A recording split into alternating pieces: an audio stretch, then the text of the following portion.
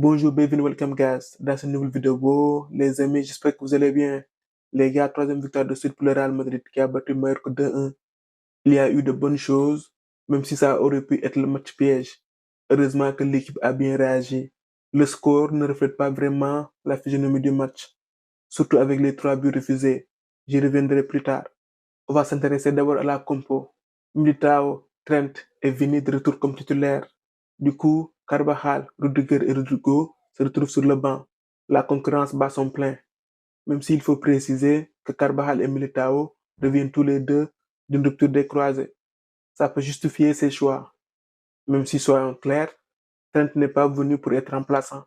Concernant Rodrigo, il y a eu des rumeurs comme quoi il voudrait jouer à gauche, donc en concurrence directe avec Vini. Je tiens à rappeler les faits. Ils sont venus très jeunes à Madrid, à 18 ans, à 1 an d'intervalle. Vini étant son aîné. Rodrigo, en rejoignant le Real, savait très bien que Vini occupait le couloir gauche. D'ailleurs, pour sa dernière saison à Santos, il avait demandé à son entraîneur de l'époque, Sampaoli, de jouer à droite pour préparer son intégration à Madrid. En sélection brésilienne aussi, que ce soit avec les jeunes ou en A, la répartition a toujours été la même. Vini à gauche et Rodrigo à droite. Peut-être qu'avec Xabi Alonso, il a changé d'avis, mais demander de jouer à gauche, c'est s'exposer à être remplaçant. Alors qu'à droite, il peut être potentiellement titulaire. Je pense que le choix est vite fait pour un joueur qui veut du temps de jeu. L'autre théorie, qui pour moi personnellement est plus crédible, c'est que Xabi Alonso veut jouer avec des faux pieds. Un droitier à gauche et un gaucher à droite. Sur les 3 matchs disputés par le Real, il y a certains joueurs qui ont été titulaires à chaque fois. Courtois, Hussein, Carreras, Tchouaméni, Valverde, Arda Güler et Kylian Mbappé. Courtois, c'est le numéro 1, rien de nouveau. Hussein semble être le nouveau leader de la défense. Même si Militao revient bien, on l'avait oublié parce qu'il a eu 2 croisés. Carreras a moins de concurrence que Carvajal et Trent. Fran Garcia n'a pas le même statut qu'un Carvajal ou Trent. Son potentiel concurrent, je pense que ça va être Mendy s'il est épargné par les blessures. On verra comment il va revenir et voir si Xabi Alonso compte sur lui. Au milieu, Jude et Camavinga sont blessés, ce qui laisse un boulevard pour les autres. Je pense que Jude est pressenti comme un titulaire. On verra comment il va revenir. Et je pense qu'avec lui, parfois Xabi Alonso peut jouer avec une défense à 3, comme il l'avait fait lors de la Coupe du Monde des clubs, avec un Tchouaméni qui intègre la défense. Un joueur offensif va être sacrifié. Et dans la configuration actuelle, ce serait peut-être Massantuono. On pourra utiliser ce système lors peut-être de grands matchs face à de grandes équipes où l'équipe aura peut-être besoin d'équilibre. On sait que Xabi Alonso est un entraîneur flexible. Il n'est pas figé sur un schéma de jeu. J'attends avec impatience le retour de Camavinga pour voir comment Xabi Alonso va l'utiliser. En attaque, Mbappé n'a pas de vraie concurrence. Gonzalo et Henrique ne représentent pas une menace pour lui. Et je pense que Xabi Alonso l'a clairement désigné comme le leader offensif de cette équipe. Les pénaux, les coups francs, et il lui offre une liberté totale de mouvement. La saison passée, Ancelotti n'avait pas désigné de patron clair et se partageait le gâteau Vini et Mbappé, voire Jude Bellingham. Mais cette année, ça a le mérite d'être clair. Je ne dis pas que c'est bon ou mauvais. Vini, en termes d'accomplissement au club, il part avec une avance, tandis que Mbappé a une aura, une popularité et une capacité statistique 40-50 buts par saison supérieure. Même si le foot, ce n'est pas que des statistiques, mais ça compte. Après intersegment, on peut discuter sur qui est le meilleur, mais l'essentiel, c'est qu'ils brillent ensemble, qu'ils arrivent à performer ensemble. S'ils y parviennent, Madrid sera très difficile à arrêter.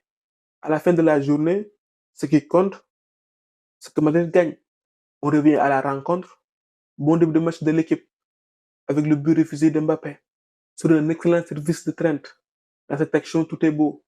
La passe de Trent, l'enchaînement, contrôle frappe de Mbappé.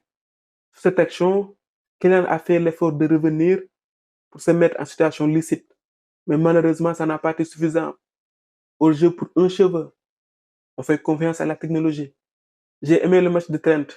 On a eu un aperçu de ce qu'il pouvait nous apporter. Je parle sous le contrôle des fans de Liverpool. Trent n'est pas un joueur qui déborde sans cesse sur son couloir, comme une pile électrique. C'est un joueur d'intelligence avec une qualité de passe, un peu à la Beckham. Par la suite, le Real s'est fait surprendre par le but de Muriqi, qui aime bien marquer contre le Real. Heureusement que derrière, l'équipe a bien réagi avec les buts d'Arda Güler et Vini. Arda a commencé le match un peu nonchalant. Par moments, il a joué avec trop de facilité, ce qui a conduit à quelques pertes de balles. Mais par la suite, il est monté en puissance. On commence à retrouver le vrai Vini. Il a marqué un but en solitaire.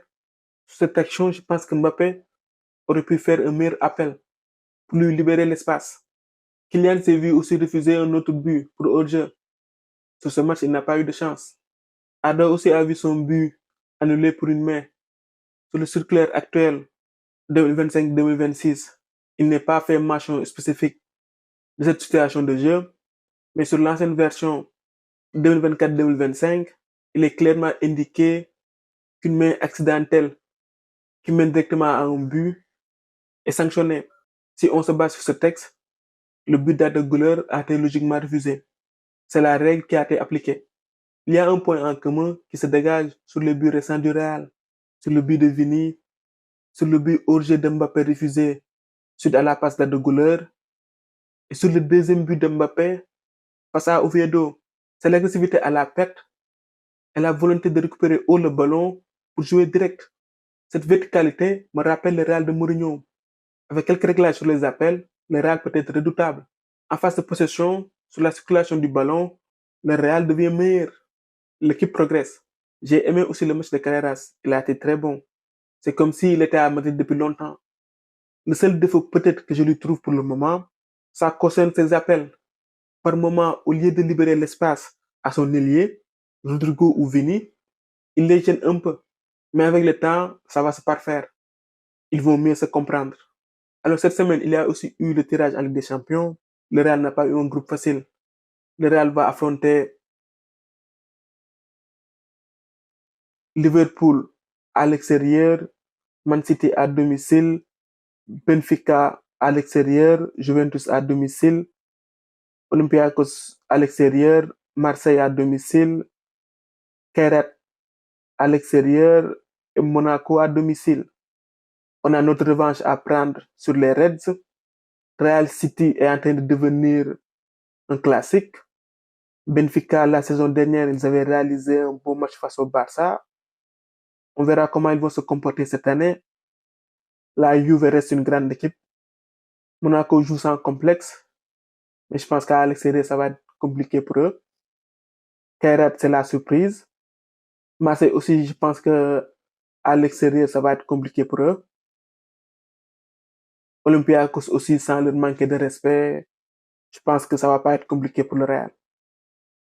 L'équipe devra être prête très tôt, affronter les grands d'Europe comme Liverpool, City ou Juventus peut servir de test pour évaluer le niveau de l'équipe. Après la phase de poule et la phase à élimination directe sont très différentes. Les résultats en phase de groupe ne veulent pas dire grand-chose. Après certes, finir premier ou deuxième te donne un certain avantage. Tu reçois en dernier sur les phases à élimination directe.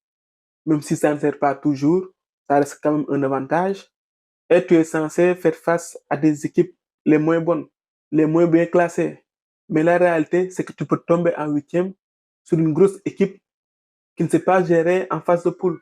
L'exemple récent, c'est Liverpool qui avait fini premier en phase de poule et le PSG qui était passé par les barrages. Le PSG a éliminé les Reds pour ensuite gagner sa première Ligue des Champions. Ce nouveau format a un avantage. À chaque journée, il y a des chocs. Si ton équipe ne joue pas, tu as du mal à choisir quel match regarder. En termes de spectacle, on est gâté. Espérons que le Real ira chercher sa sixième Ligue des Champions.